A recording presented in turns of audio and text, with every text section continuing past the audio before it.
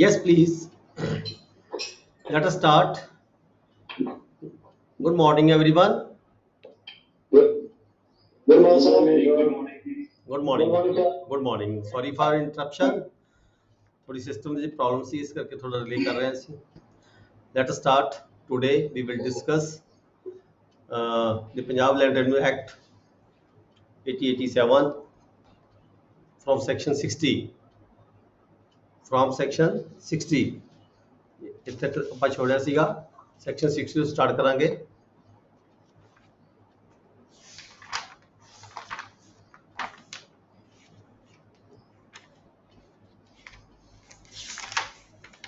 ਅਸੀਂ ਇਸ ਤੋਂ ਪਹਿਲਾਂ ਪੜਿਆ ਸੀ ਅਸੈਸਮੈਂਟ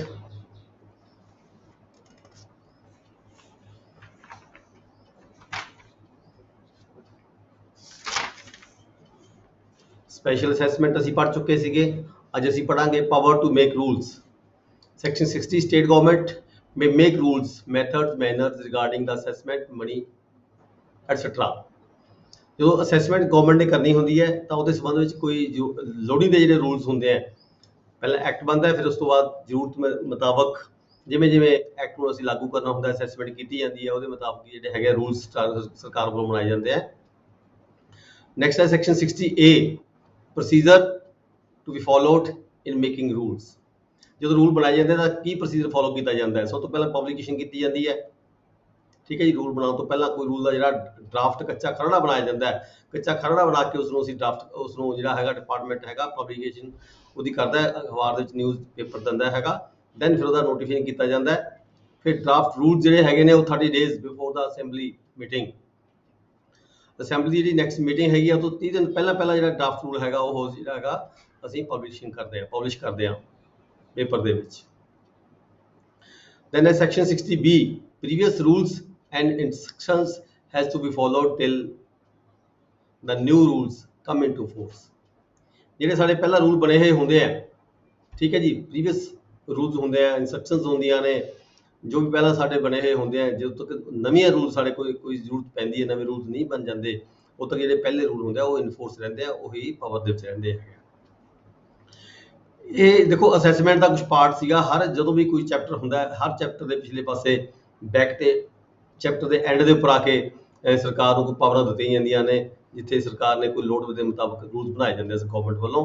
ਇਹ ਵੀ ਅਸੈਸਮੈਂਟ ਚੈਪਟਰ ਦੇ ਪਿਛਲੇ ਪਾਸੇ ਸਾਡੇ ਕੁਝ ਗਵਰਨਮੈਂਟ ਨੂੰ ਪਾਵਰ ਦਿੱਤੀਆਂ ਗਈਆਂ ਨੇ. ਸੈਕਸ਼ਨ 60C ਹੈਗਾ ਪਾਵਰ ਟੂ ਇਸ਼ੂ ਇਨਸਟਰਕਸ਼ਨਸ. ਜਦੋਂ ਤੱਕ ਰੂਲ ਨਵੇਂ ਨਹੀਂ ਬਣ ਜਾਂਦੇ, ਦੇਖੋ ਰੂਲ ਬਣਾਉਣ ਦੇ ਲਈ ਪ੍ਰੋਸੈਸ ਹੈਗਾ. ਪਹਿਲਾਂ ਉਹਦੀ ਪਬਲੀਕੇਸ਼ਨ ਕੀਤੀ ਜਾਂਦੀ ਹੈ, ਨੋਟੀਫਿਕੇਸ਼ਨ ਜਾਰੀ ਕੀਤਾ ਜਾਂਦਾ ਹੈ, ਫਿਰ ਅਸੈਂਬਲੀ 'ਚ ਪਾਸ ਕੀਤਾ ਜਾਂਦਾ ਹੈ. ਠੀਕ ਹੈ. ਇਸ ਤੋਂ ਪਹਿਲਾਂ ਕਿ ਜੇ ਜ਼ਰੂਰਤ ਪਵੇ ਮਤਲਬ ਕਿ ਉਸ ਲਈ ਸਮਾਂ ਲੱਗਦਾ ਹੋਵੇ ਤਾਂ ਸਰਕਾਰ ਕੋਲ ਇੱਕ ਪ੍ਰੋਵੀਜ਼ਨ ਹੁੰਦੀ ਹੈ, ਐਗਜ਼ੈਕਟਿਵ ਇਨਸਟਰਕਸ਼ਨ ਸਰਕਾਰ ਵੱਲੋਂ ਜਾਰੀ ਕੀਤੀਆਂ ਜਾਂਦੀਆਂ ਨੇ. ਸਟੇਟ ਗਵਰਨਮੈਂਟ, ਠੀਕ ਹੈ, ਰੂਲ ਬਣਨ ਤੋਂ ਪਹਿਲਾਂ, ਪਰ ਜੇ ਜ਼ਰੂਰਤ ਹੈ ਰੂਲਾਂ ਦੀ, ਉਸ ਤੋਂ ਪਹਿਲਾਂ ਜੇ ਕੋਈ ਕੰਮ ਕਰਨ ਦੀ ਜ਼ਰੂਰਤ ਹੈ ਗਵਰਨਮੈਂਟ ਨੂੰ, ਤਾਂ ਰੂਲ ਬਣਨ ਤੋਂ ਪਹਿਲਾਂ ਵੀ ਸਰਕਾਰ ਜੇ ਚਾਹੁੰਦੀ ਹੈ ਤਾਂ ਐਗਜ਼ੈਕਟਿਵ ਇਨਸਟਰਕਸ਼ਨ ਜਿਹੜੀ ਗਵਰਨਮੈਂਟ ਹੈਗੀ ਹੈ, FCR ਸਰਕਾਰ with the approved of the government ਦੀ ਮਨਜ਼ੂਰੀ ਲੈ ਕੇ FCR ਵੀ ਜਾਰੀ ਕਰ ਸਕਦਾ ਹੈ instructions may for the guidance of the revenue officers.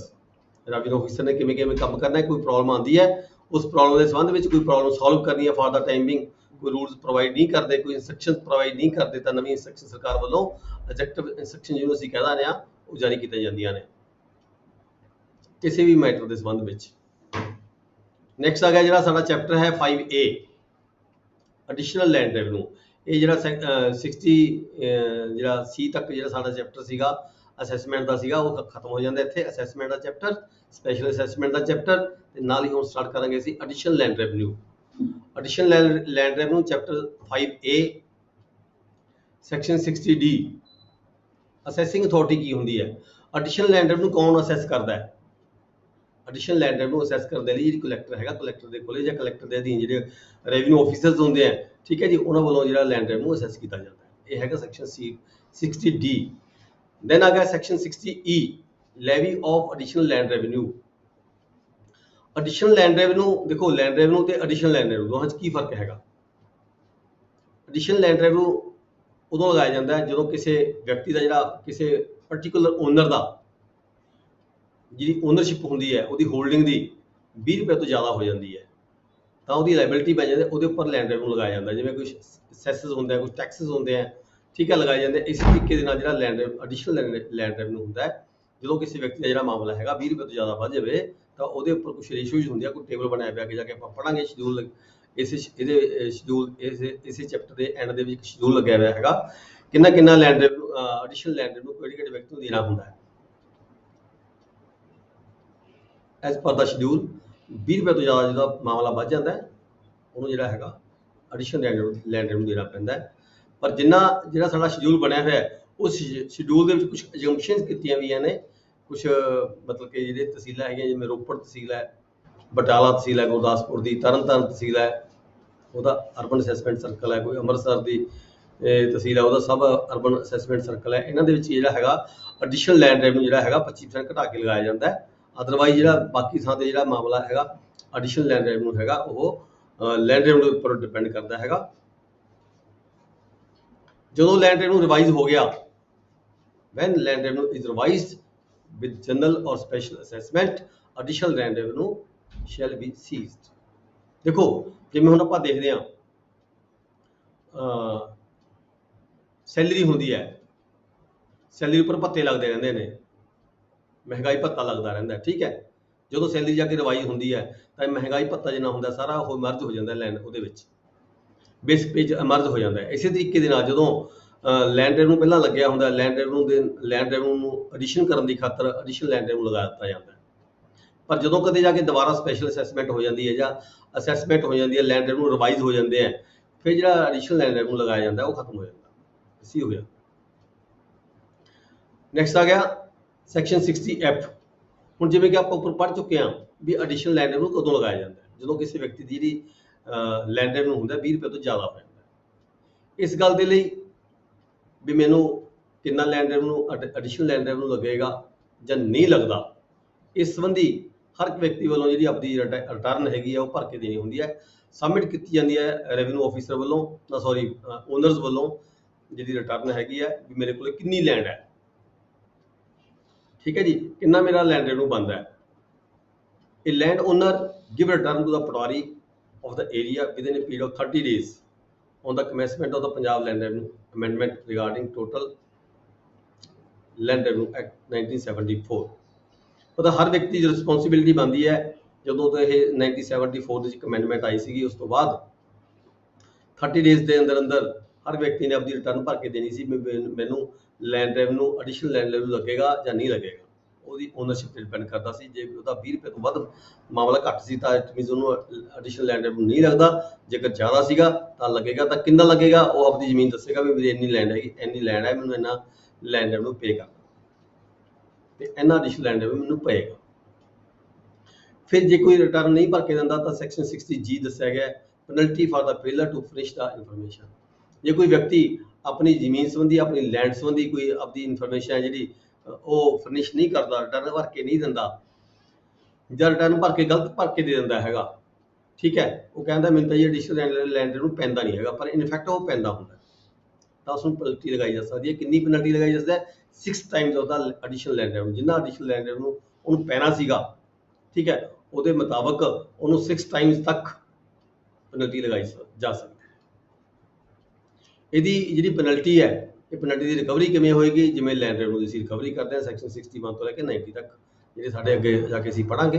Collection of the land revenue, arrears of the land revenue, ਉਸ ਤਰੀਕੇ ਦੀ ਰਿਕਵਰੀ ਕੀਤੀ ਜਾਂਦੀ ਹੈ। ਇਫੈਕਟ ਚਲੋਗੇ, ਇਹ ਸ਼ਡਿਊਲ ਹੈਗਾ ਜੀ ਵੀ ਕਿੰਨਾ ਲੈਂਡ ਰੈਵਨਿਊ ਲੱਗੇਗਾ, ਐਡੀਸ਼ਨਲ ਲੈਂਡ ਰੈਵਨਿਊ ਕਿੰਨਾ ਲੱਗੇਗਾ। ਨੰਬਰ 1 ਦੇ ਵਿੱਚ ਹੈਗਾ rates of additional land revenue ਕੀ ਨੇ। ਜੇ 20 ਰੁਪਏ ਤੋਂ ਲੈ ਕੇ 50 ਰੁਪਏ ਤੱਕ ਦਾ ਕਿਸੇ ਨੂੰ ਮਾਮਲਾ ਦੇਣਾ ਪੈਂਦਾ ਹੈ, ਠੀਕ ਹੈ, ਤਾਂ 200% ਔਨ ਦਾ ਐਕਸੀਡ ਅਮਾਊਂਟ ਆਫ ₹20। 20 ਰੁਪਏ ਤੋਂ ਉੱਪਰ ਜਿੰਨੀ ਅਮਾਊਂਟ ਬਣਦੀ ਹੈ, ਠੀਕ ਹੈ, ਉਹਦਾ 200% ਦੇਣਾ ਪਏਗਾ ਉਸ ਨੂੰ ਐਡੀਸ਼ਨਲ ਲੈਂਡ ਰੈਵਨਿਊ ਦੇ ਵਿੱਚ। ਯਾਨੀ ਕਿ ਇਹ ਕਹਿ ਲਈ ਆਪਾਂ ਜੇ 30 ਰੁਪਏ ਕਿਸ ਦਾ ਮਾਮਲਾ ਬਣਦਾ ਹੈ ਤਾਂ 10 ਰੁਪਏ ਐਕਸਟਰਾ ਹੋ ਗਿਆ, 10 ਰੁਪਏ ਦਾ 200% ਕਿੰਨਾ ਹੋ ਗਿਆ? 20 ਰੁਪਏ ਹੋਰ ਹੋ ਗਏ, ਠੀਕ ਹੈ। ਤਾਂ ਉਹਦਾ ਜਿਹੜਾ ਐਡੀਸ਼ਨਲ ਲੈਂਡ ਰੈਵਨਿਊ ਹੋਏਗਾ ਉਹ 20 ਰੁਪੀਜ਼ ਹੋ ਜਾਏਗਾ, ਮਤਲਬ 200% ਔਨ ਦਾ ਐਕਸੀਡ ਅਮਾਊਂਟ ਆਫ ₹20। ਇਸੇ ਤਰੀਕੇ ਜੇ ਕਿਸੇ ਦਾ ਲੈਂਡ ਰੈਵਨਿਊ 50 ਰੁਪਏ ਤੋਂ ਲੈ ਕੇ 100 ਰੁਪਏ ਤੱਕ ਹੈਗਾ ਤਾਂ 250 ਰੁਪਏ ਐਕਸੀਡ ਅਮਾਉਂਟ ਦੇ ਉੱਪਰ, ਜਿੰਨੀ ਅਮਾਉਂਟ 50 ਰੁਪਏ ਤੋਂ ਉੱਪਰ ਵੱਧ ਗਈ ਉਸ ਅਮਾਉਂਟ ਦੇ ਉੱਪਰ 250% ਪਲੱਸ ₹60 ਇਹ ਉਹਦਾ ਐਡੀਸ਼ਨਲ ਲੈਂਡ ਰੈਵਨਿਊ ਬਣੇਗਾ। ਇਸੇ ਤਰੀਕੇ ਜੇ ਕਿਸੇ ਦਾ ਲੈਂਡ ਰੈਵਨਿਊ 100 ਰੁਪਏ ਤੋਂ ਲੈ ਕੇ 200 ਰੁਪਏ ਤੱਕ ਦਾ ਹੈਗਾ ਤਾਂ 300% plus ₹185 on the exceed amount of ₹100 100 ਰੁਪਏ ਤੋਂ ਉੱਪਰ ਜਿੰਨੀ ਅਮਾਉਂਟ ਹੋਏਗੀ, ਠੀਕ ਹੈ, ਮੰਨ ਲਓ ਉਹਦੀ ਜਿਹੜੀ ਅਮਾਉਂਟ ਹੈਗੀ ਹੈ 100 ਰੁਪਏ ਦੇ ਉੱਪਰ 10 ਰੁਪਏ ਜ਼ਿਆਦਾ ਹੈਗੀ ਹੈ ਤਾਂ 10 ਰੁਪਏ ਦਾ 300% ਮਤਲਬ 30 ਰੁਪਏ ਐਕਸਟਰਾ ਪਲੱਸ ₹185 ਇਹ ਤੁਹਾਡਾ ਜਿਹੜਾ ਬਣਿਆ ਹੋਇਆ ਸ਼ਡਿਊਲ ਬਣਿਆ ਹੋਇਆ। ਜੇ 200 ਰੁਪਏ ਤੋਂ ਵੱਧ ਕਿਸ ਦਾ ਮਾਮਲਾ ਹੋਵੇਗਾ ਤਾਂ ਉਹਨੂੰ 350% ਪਲੱਸ ₹485 ਇਹ ਐਡੀਸ਼ਨਲ ਲੈਂਡ ਰੈਵਨਿਊ ਦੇ ਰੂਪ ਵਿੱਚ ਦੇਣਾ ਪਏਗਾ। ਇਹ ਜਿਹੜਾ ਚੈਪਟਰ ਹੈ it is not very important, ਜਿਹੜਾ ਪੜ੍ਹ ਕੇ ਗਿਆ ਐਡੀਸ਼ਨਲ ਲੈਂਡ ਰੈਵਨਿਊ ਦਾ। ਇਹਦੇ ਤੇ ਕੁਐਸਚਨ ਹੀ ਇੰਨਾ ਕੀ ਆ ਜਾਂਦਾ ਵੀ ਲੈਂਡ ਰੈਵਨਿਊ ਕੀ ਹੁੰਦਾ, ਐਡੀਸ਼ਨਲ ਲੈਂਡ ਰੈਵਨਿਊ ਕਿੰਨਾ ਹੁੰਦਾ ਹੈ, ਸ਼ਡਿਊਲ ਵਗੈਰਾ ਤਾਂ ਕਦੇ ਆਏ ਨਹੀਂ ਹੈਗੇ। ਨੈਕਸਟ ਚੈਪਟਰ ਹੈ 6 chapter 6 collection of land revenue. It is very important chapter ਹੈ, ਇਹਦੇ ਤੇ ਕੁਐਸਚਨ ਪੱਕਾ ਆਉਂਦੇ ਆ, ਠੀਕ ਹੈ ਜੀ। ਇਹਨੂੰ ਤੁਸੀਂ ਜਿਹੜਾ ਰਿਵਾਈਜ਼ ਵੀ ਕਰਦੇ ਰਹਿਣਾ, ਧਿਆਨ ਨਾਲ ਪੜ੍ਹਨਾ ਵੀ ਹੈ, ਸੁਣਨਾ ਵੀ ਹੈ। ਸੈਕਸ਼ਨ 61 ਕੀ ਹੈ? Security for the payment of land revenue. Security for the payment of land revenue. All the landowners, severally or jointly, individually or jointly, shall be liable to pay the land revenue. हर मालिक ਦੀ ਜੋ responsibility ਬਣਦੀ ਹੈ ਵੀ ਉਹ land revenue ਪੇ ਕਰੇ, land ਦੇ according ਜਿੰਨੀ ਵੀ ਉਹਨੂੰ ਬਣਦੀ ਹੈਗੀ ਹੈ ਪੇ ਕਰਨੀ, ਠੀਕ ਹੈ। ਦੈਨ ਕੁਝ ਸ਼ਰਤਾਂ ਹੈਗੀਆਂ ਨੇ, ਜੇ ਸਰਕਾਰ ਨੇ ਇਹਦੇ ਵਿੱਚ ਕਿਹਾ ਗਿਆ state government by notification exempt land revenue of any estate or owners of the holding, ਕਿਸੇ ਵੀ ਵਿਅਕਤੀ ਦਾ ਕਿਸੇ ਵੀ ਜ਼ਮੀਨ ਦਾ ਜਿਹੜਾ ਮਾਮਲਾ ਹੈਗਾ ਸਰਕਾਰ ਮਾਫ ਕਰ ਸਕਦੀ ਹੈ, ਠੀਕ ਹੈ। ਬੀ ਦੇ ਵਿੱਚ ਆਏਗਾ ਪਾਰਟ ਬੀ ਹੈ ਦਾ ਸਬਸੈਕਸ਼ਨ 1 ਦਾ ਪਾਰਟ ਬੀ ਹੈ superior and inferior land honours.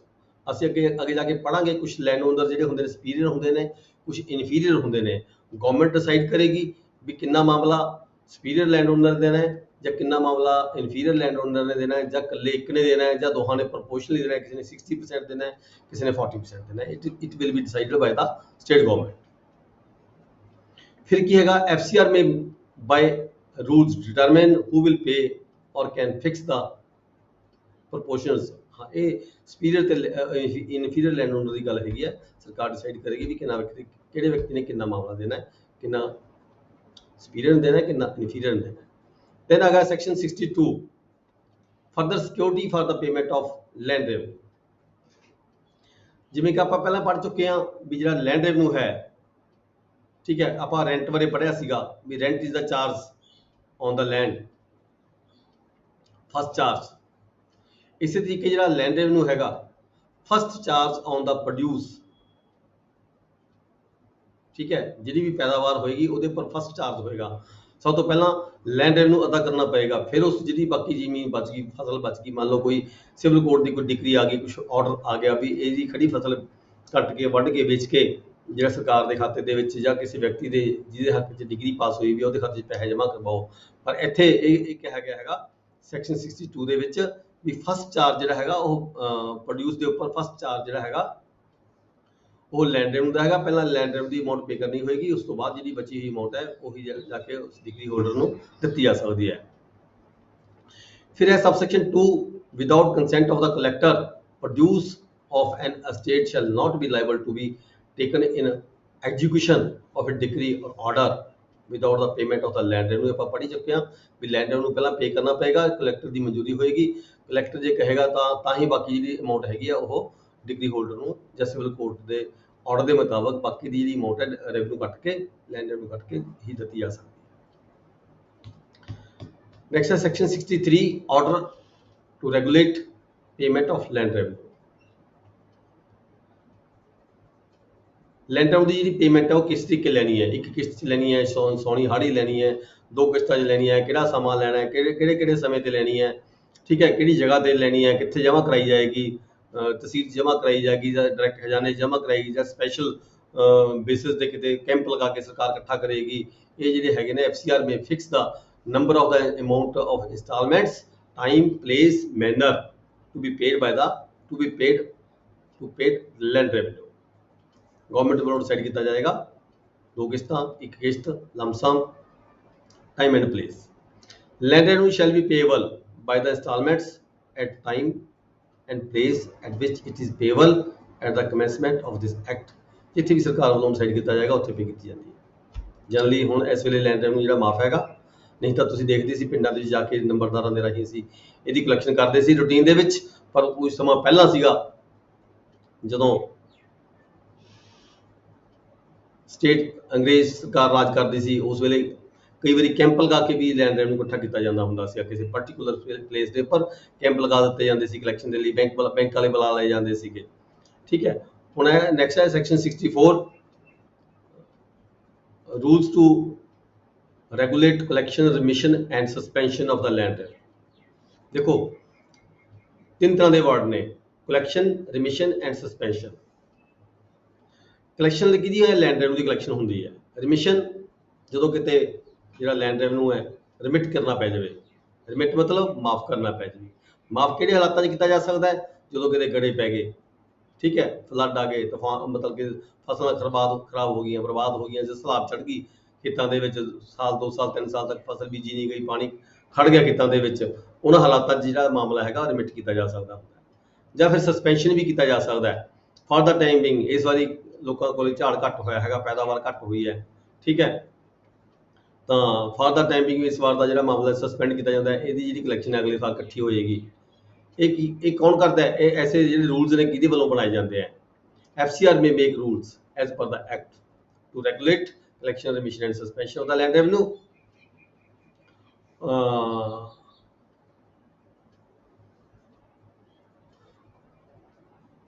Prescribe the forms and manners and regarding returns।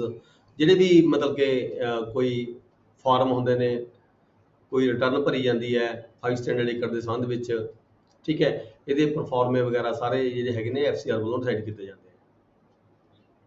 Where land revenue of a assignee is collected by the revenue officer. ये कहा गया भी जो कई बारी की होंगे, ਅਸੀਂ देखते हैं जो किसी व्यक्ति को, किसी जगीरदार को, किसी सफैदपोश को, किसी मिलिटरी ऑफिसर को जो लैंड रेवन्यू होंगे वो असाइन किया होंगे गवर्नमेंट ने एज ए रिवार्ड, ठीक है। जो ये कहा जाता है भी जो लैंड रेवन्यू वो अपना आप इकट्ठा करेगा, जो असाइनी है जिन्हों असाइन किया गया, जिन्हों मतलब कि इनाम के वजों मामला दिता गया, पर जेकर वो आप इकट्ठा नहीं करता तो तहसीलदार वालों इकट्ठा करवाया जाता है अपने पद्धर से, अपनी एजेंसी के राही, नंबरदार राही, पटौरी हल्का राही। जो लैंड रेवन्यू इकट्ठा करवाया जाता है तो जो असाइनी को जो मामला देना है इकट्ठा करके वो जो कॉस्ट जी पै जाती है, खर्चा जो पै जाता है कलैक्शन करने का, वो कढ़िया जाता है, वो डिडक्ट किया जाता है। Suit for an arrear of assigned land revenue shall not be entertained till the authority not given by the collector. ਜਿਹੜੇ ਇਹ ਅਸਾਈਨੀ ਹੁੰਦੇ ਨੇ, ਅਸਾਈਨੀ ਜਗੀਰਦਾਰ, ਸਫੈਦਪੋਸ਼, ਕੋਈ ਵੀ ਵਿਅਕਤੀ ਜਿਹਨੂੰ ਵੀ ਸਰਕਾਰ ਨੇ ਰਿਵਾਰਡ ਵਜੋਂ ਜਿਹੜਾ ਹੈਗਾ ਮਾਮਲਾ ਅਸਾਈਨ ਕੀਤਾ ਹੈ। ਜੇਕਰ ਕੋਈ ਵਿਅਕਤੀ ਇਹ ਕਹੇਗਾ ਵੀ ਮੇਰਾ ਜਿਹੜਾ ਮਾਮਲਾ ਘੱਟ ਦਿੱਤਾ, ਮੈਨੂੰ ਇਕੱਠਾ ਕਰਕੇ ਵੱਧ ਬਣਦਾ ਸੀਗਾ, ਠੀਕ ਹੈ, मेरा नुकसान होया ਜਾਂ सस्पेंड नहीं सी किया जाना बनता, रिमिट नहीं सी किया जाना बनता, सरकार ने सस्पेंड भी गलत किया, रिमिट भी गलत किया, इदा का जो कोई व्यक्ति जो असाइनी है जो कोई सूट फाइल करना चाहेगा तो वह जो सूट है वो कलैक्टर की परमिशन तो बगैर इंटरटेन नहीं किया जा सकता किसी भी कोर्ट के विच। नैक्सट है section 65 cost recoverable as part of the arrears. जिन्हें भी कोई कॉस्टां पाई जांदियां ने कोर्टां वालों, रेवन्यू कोर्टां च कोई कॉस्ट पै जाती है, किसी व्यक्ति ने कोई मुकदमा दायर किया है, उन्होंने कोई कॉस्ट पाती कोर्ट ने, ठीक है, वो व्यक्ति कॉस्ट जमा करा के नहीं गया तो जी वाली जी कॉस्ट हैगी है ये भी एरियर ऑफ लैंड रेवन्यू जिवें आपां कलैक्ट करते हैं उस रूप के कलैक्शन की जाती है। नैक्सट है section 66 certified account to be evidence as to the arrears. जे किसी व्यक्ति के वाल कोई मामला बकाया हैगा 2 साल तो 3 साल तो 4 साल तो मामला बकाया नहीं दे रहा, ठीक है, नंबरदार आके पटौरी हल्का के राही रिपोर्ट करता है भी इस व्यक्ति ने जो इन्ने साल तो मामला जो नहीं जमा कराया था जी अमाउंट है मैं आपके पद्धर पर जमा करवाता आ रहा, ठीक है। वो जो पटौरी हल्का के राही रिपोर्ट आती है तहसीलदार को, तहसीलदार जो कोई सर्टिफाइड अकाउंट बना के देगा रिकवरी वास्ते भी इस व्यक्ति वाल इन्ना एरियर बन गया लैंड रेवन्यू का दैट इज कनक्लूसिव प्रूफ होएगा वो, मतलब ਉਹਨੂੰ ਕੋਈ ਚੈलेंज नहीं होएगा भी ਇਹਨੇ ਗਲਤ ਬਣਾਇਆ ਹੈਗਾ। ਰਿਗਾਰਡਿੰਗ ਏਰੀਅਰਸ ਸਰਟੀਫਾਈਡ ਅਕਾਊਂਟ ਬਾਈ ਦਾ ਰੈਵਨਿਊ ਆਫੀਸਰ, ਜਦੋਂ ਰੈਵਨਿਊ ਆਫੀਸਰ ਵੱਲੋਂ ਕੋਈ ਅਕਾਊਂਟ ਬਣਾ ਕੇ ਕਿਤੇ ਸਬਮਿਟ ਕੀਤਾ ਜਾਂਦਾ ਹੈ, ਕੋਈ ਨੋਟਿਸ ਜਾਰੀ ਕੀਤਾ ਜਾਂਦਾ ਉਸ ਵਿਅਕਤੀ ਨੂੰ, ਠੀਕ ਹੈ, ਉਹ ਜਿਹੜਾ ਕਨਕਲੂਸਿਵ ਪ੍ਰੂਫ ਬਣਾਇਆ ਜਾਏਗਾ, ਉਹਨੂੰ ਕੋਈ ਮਤਲਬ ਕਿ ਜਿਹੜਾ ਅਮਾਉਂਟ ਬਣਾਈ ਗਈ ਹੈ, ਅਕਾਊਂਟ ਬਣਾਇਆ ਗਿਆ ਹੈਗਾ, ਉਹ ਚੈਲੰਜੇਬਲ ਨਹੀਂ ਹੋਏਗਾ for the amount and person defaulter ਔਰ ਡਿਫਾਲਟਰ ਦੇ ਅਗੇਂਸਟ ਜੋ ਵੀ ਅਮਾਉਂਟ ਰੈਵਨਿਊ ਆਫੀਸਰ ਕਹਿੰਦਾ ਹੈ ਬਣਾ ਕੇ ਦਿੱਤੀ ਗਈ ਹੈ, ਉਹ ਕਨਕਲੂਸਿਵ ਪ੍ਰੂਫ ਬਣੀ ਜਾਏਗੀ। ਨੈਕਸਟ ਹੈ section 67। It is very important section. ਇਹਦੇ ਵਿੱਚ ਕਿਹਾ ਗਿਆ ਹੈ process for the recovery of arrears. Recovery ਕਰਨ ਦੀ ਖਾਤਰ ਜੇ ਕਿਸੇ ਵਿਅਕਤੀ ਵੱਲ ਕੋਈ ਮਾਮਲਾ ਬਕਾਇਆ ਹੋ ਗਿਆ, ਠੀਕ ਹੈ, ਉਹਨੇ ਸਮੇਂ ਤੇ ਪੇ ਨਹੀਂ ਕੀਤਾ, ਪਹਿਲਾਂ ਤਾਂ ਏਰੀਅਰ ਕਿਹਨੂੰ ਕਹਿੰਦੇ ਆ ਅਸੀਂ, ਜਦੋਂ ਕੋਈ ਬਕਾਇਆ ਅਮਾਉਂਟ ਸਮੇਂ ਸਿਰ ਅਦਾ ਨਾ ਕੀਤੀ ਜਾਵੇ ਉਹ ਏਰੀਅਰ ਬਣ ਜਾਂਦੀ ਹੈ, ਠੀਕ ਹੈ। ਫਿਰ ਇਹ ਹੈਗਾ process for the recovery of arrears. ਜੇ ਕੋਈ ਰਿਕਵਰੀ ਏਰੀਅਰਸ ਅਸੀਂ ਰਿਕਵਰ ਕਰਨੇ ਆ ਕਿਸੇ ਵਿਅਕਤੀ ਤੋਂ, ਕਿਸੇ ਨੰਬਰਦਾਰ ਤੋਂ ਕਰਨੇ ਆ ਜਾਂ ਕਿਸੇ ਲੈਂਡ ਓਨਰ ਤੋਂ ਕਰਨੇ ਆ ਜਾਂ ਕਿਸੇ ਕੰਪਨੀ ਤੋਂ ਕਰਨੇ ਆ, ਠੀਕ ਹੈ, ਤਾਂ ਉਹਦਾ ਪ੍ਰੋਸੈਸ ਕੀ ਹੋਏਗਾ, ਕਿਹੜੇ ਪ੍ਰੋਸੈਸ ਸਾਨੂੰ ਅਡਾਪਟ ਕਰਨੇ ਪੈਣਗੇ। ਸਾਡੇ ਕੋਲ ਇਹ 7-8 ਪ੍ਰੋਸੈਸ ਦਿਖਾਏ ਗਏ ਹੈ। ਕੋਈ ਵੀ ਇੱਕ ਪ੍ਰੋਸੈਸ ਰਾਹੀਂ, 2 ਪ੍ਰੋਸੈਸਾਂ ਰਾਹੀਂ, 3 ਪ੍ਰੋਸੈਸਾਂ ਰਾਹੀਂ, ਜਿਹੜਾ ਵੀ ਰੈਵਨਿਊ ਆਫੀਸਰ ਨੂੰ ਠੀਕ ਲੱਗੇ ਉਸ ਪ੍ਰੋਸੈਸ ਦੇ ਰਾਹੀਂ ਜਿਹੜੀ ਹੈਗੀ ਰਿਕਵਰੀ ਕੀਤੀ ਜਾ ਸਕਦੀ ਹੈ।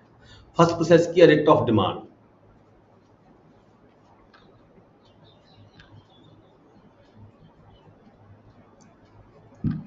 ਯਾਨੀ ਕਿ ਰਿਟ ਆਫ ਡਿਮਾਂਡ ਕੀ ਹੁੰਦੀ ਹੈ, ਨੋਟਿਸ ਜਾਰੀ ਕਰਨਾ ਉਸ ਵਿਅਕਤੀ ਨੂੰ। ਅੱਗੇ ਜਾ ਕੇ ਅਸੀਂ 68 ਸੈਕਸ਼ਨ ਪੜਾਂਗੇ, ਉਹ 'ਚ ਡਿਟੇਲ 'ਚ ਆਏਗਾ ਰਿਟ ਆਫ ਡਿਮਾਂਡ ਕੀ ਹੁੰਦੀ ਹੈ, ਠੀਕ ਹੈ। 67 ਦਾ A ਪਾਰਟ ਹੈਗਾ ਰਿਟ ਆਫ ਡਿਮਾਂਡ। ਅਸੀਂ ਉਸ ਨੂੰ ਨੋਟਿਸ ਜਾਰੀ ਕਰਕੇ ਵੀ ਤੇਰੇ ਵੱਲ ਇੰਨਾ ਬਕਾਇਆ ਹੈਗਾ, ਐਨੀ ਅਮਾਉਂਟ ਤੋਂ ਫਲਾਣੇ ਟਾਈਮ ਤੋਂ ਆ ਕੇ ਫਲਾਣੀ ਕੋਰਟ ਦੇ ਵਿੱਚ ਆ ਕੇ, ਠੀਕ ਹੈ, ਪੇਸ਼ ਹੋ ਕੇ ਜਮ੍ਹਾਂ ਕਰਵਾਉਣ ਦੇ ਲਈ ਉਸ ਨੂੰ ਨੋਟਿਸ ਭੇਜਿਆ ਜਾ ਸਕਦਾ, ਉਹ ਅਸੀਂ ਰਿਟ ਆਫ ਡਿਮਾਂਡ ਕਹਿ ਦਾਂਗੇ। B ਪਾਰਟ ਕਿਆ, ਅਰੈਸਟ ਐਂਡ ਡਿਟੈਂਸ਼ਨ। ਜਿਹੜਾ ਬਾਕੀਦਾਰ ਹੈਗਾ, ਬਾਕੀਦਾਰ ਨੂੰ ਅਸੀਂ ਅਰੈਸਟ ਵੀ ਕਰ ਸਕਦੇ ਹਾਂ ਤੇ ਉਹਨੂੰ ਬੰਨ੍ਹ ਕੇ ਮਤਲਬ ਕਿ ਅਰੈਸਟ ਕਰਕੇ ਉਹਨੂੰ ਬਿਠਾ ਵੀ ਜਾ ਸਕਦਾ ਹੈ। ਜਿਵੇਂ ਕਿ ਤੁਸੀਂ ਪਹਿਲਾਂ ਦੇਖਦੇ ਹੋ ਤਹਿਸੀਲਾਂ ਦੇ ਵਿੱਚ ਜਿਹੜੀਆਂ ਜੇਲ੍ਹਾਂ ਬਣੀਆਂ ਹੋਈਆਂ ਸੀਗੀਆਂ, ਠੀਕ ਹੈ, ਰੈਵਨਿਊ ਜੇਲ੍ਹ ਕਿਹਾ ਜਾਂਦਾ ਸੀ ਉਹਨੂੰ, ਉਸ ਜੇਲ੍ਹ ਵਿੱਚ ਅਸੀਂ ਉਸ ਨੂੰ ਬਿਠਾ ਕੇ ਰਿਟੇਨ ਕਰਕੇ ਵੀ ਰੱਖ ਸਕਦੇ ਹਾਂ।